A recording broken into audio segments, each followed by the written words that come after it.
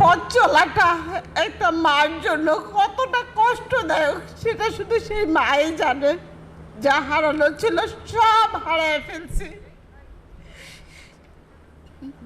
তৎকালীন যারা ক্ষমতায় ছিল প্রত্যেকটা দুয়ারে যাওয়া হয়েছে, কেউ আমাকে সাহায্য করে নাই। জুলাই জাদুঘরের শুভ উদ্বোধন অনুষ্ঠানে মাননীয় প্রধানমন্ত্রী জনাব তারেক রহমান, মন্ত্রী পরিষদ, প্রতিমন্ত্রী এবং সংশ্লিষ্ট অতিথি, আমি শহীদ আবদুল্লাহ বিন জাহিদের মা ফাতেমাতুজ জোহরা। 2024 5ই আগস্ট আমার ছেলে শহীদ হয়।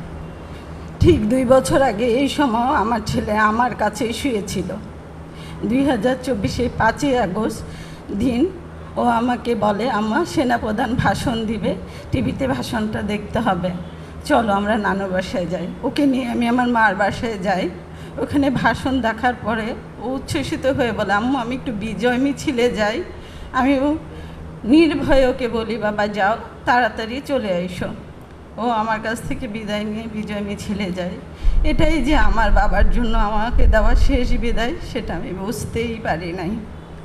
5ই আগস্ট আমার ছেলে আমার কাছ থেকে বিদায় নিয়ে যায়। তখন আমার ছোট ছেলে অসুস্থ ছিল। আমার 2টা সন্তান। আমার বড় ছেলের বয়স ছিল তখন 16 বছর ছুঁই ছুঁই, আর আমার ছোট ছেলের বয়স ছিল 12.5 বছর। আনুমানিক সন্ধ্যা 7টার পরে একটা ফোন আসে যে আমার ছেলে ইনজুরি হয়েছে। আমি ফোনটা পাওয়ার পরে মনে করছি ব্যথা পাইছে। আমি যাই দেখি উত্তরা মেডিকেলে আমার ছেলে গুলিবিদ্ধ হয়ে মারা যায়। একটা মার জন্য এটা যে কতটা বেদনাদায়ক হয়তো আপনাদেরকে বুঝাইতে পারবো না। এটা আমি তাৎক্ষণিকও বুঝতে পারিনি যে আমার লাইফে কি হয়েছে। আমার ছেলে যে প্রাণবন্ত ছিল, যে এরকম উচ্ছ্বাসিত ছিল, আমি ওই ছেলেটাকে নিধর দেহে দেখবো এটা আমি কল্পনাও করি নাই। একটা মার জন্য এটা যে কতটা যন্ত্রণাদায়ক শুধু ওই ফ্যামিলি, ওই বাবা মাই বুঝবে। আল্লাহ আমার জন্য কি রাখছে এটা আমি তাৎক্ষণিক বুঝতে না পারলেও ঠিক 14 দিন পর আমার ছোট ছেলের ক্যান্সার ধরা পড়ে, 3rd স্টেজের ক্লোন ক্যান্সার। জীবন যুদ্ধে তখনও উপলব্ধি করতে পারি না যে কি মধ্য দিয়ে আমি যাচ্ছি।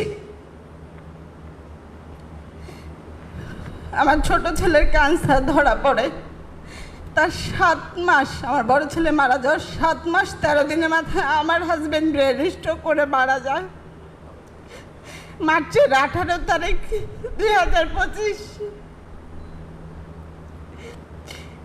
এই পথ চলাটা একটা মার জন্য কতটা কষ্টদায়ক সেটা শুধু সেই মাই জানে। যা হারানো ছিল সব হারায় ফেলছি। তৎকালীন যারা ক্ষমতায় ছিল প্রত্যেকটা দুয়ারে যাওয়া হয়েছে, কেউ আমাকে সাহায্য করে নাই। AKS অর্জন করলো গিনেস ওয়ার্ল্ড রেকর্ডস।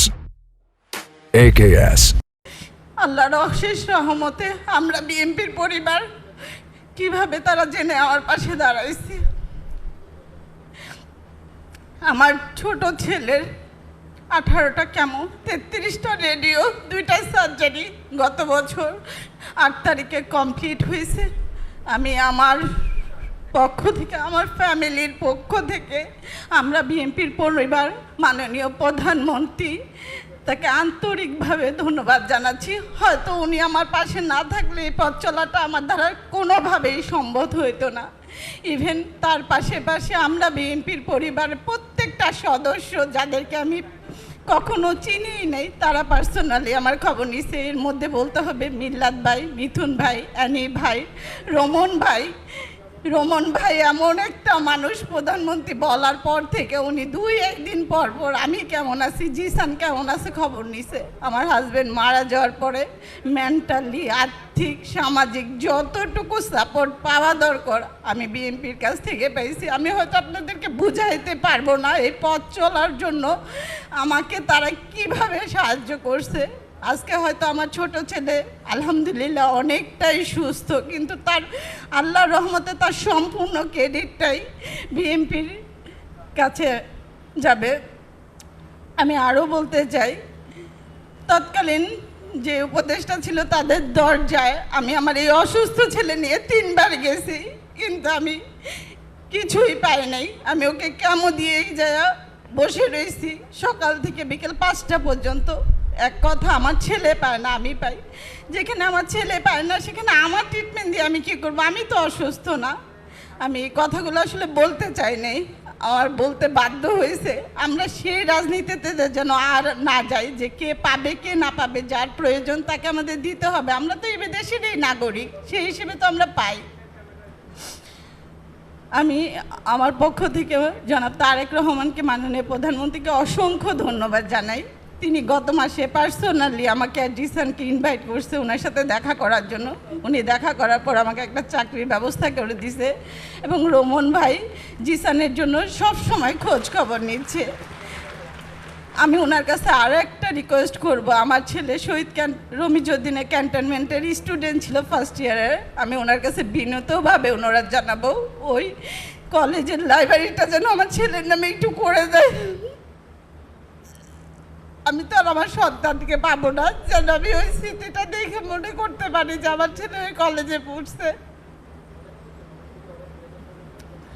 ওনার কাছে রিকোয়েস্ট, যারা আমার যে সন্তান, যাদের ছেলে মেয়ে, আমাদের ছেলে মেয়ে যে এই দেশের জন্য যুদ্ধ করে যে দেশের জন্য স্বাধীন করছে, ওইটার জন্য যেন ন্যায্য বিচার পায়, সম্মান পায়, তাদের বিচার যেন হয়, সেই ফেসিস যেন আর কোনোভাবে এই দেশে ব্যাক না করে। আমি ওনাকে বলবো, জুলাই যোদ্ধারা, জুলাই শহীদ পরিবাররা, তারা যেন উপযুক্ত সম্মান নিয়ে বাঁচতে পারে। জুলাই যোদ্ধাদের জন্য যেন উনি চলাচলের ব্যবস্থা করে যায়, তাদের সুস্থ চিকিৎসার ব্যবস্থা করে। অবশেষে ওনাকে আন্তরিকভাবে ধন্যবাদ জানাই আমি আমার বক্তব্য শেষ করছি। আসসালামু আলাইকুম।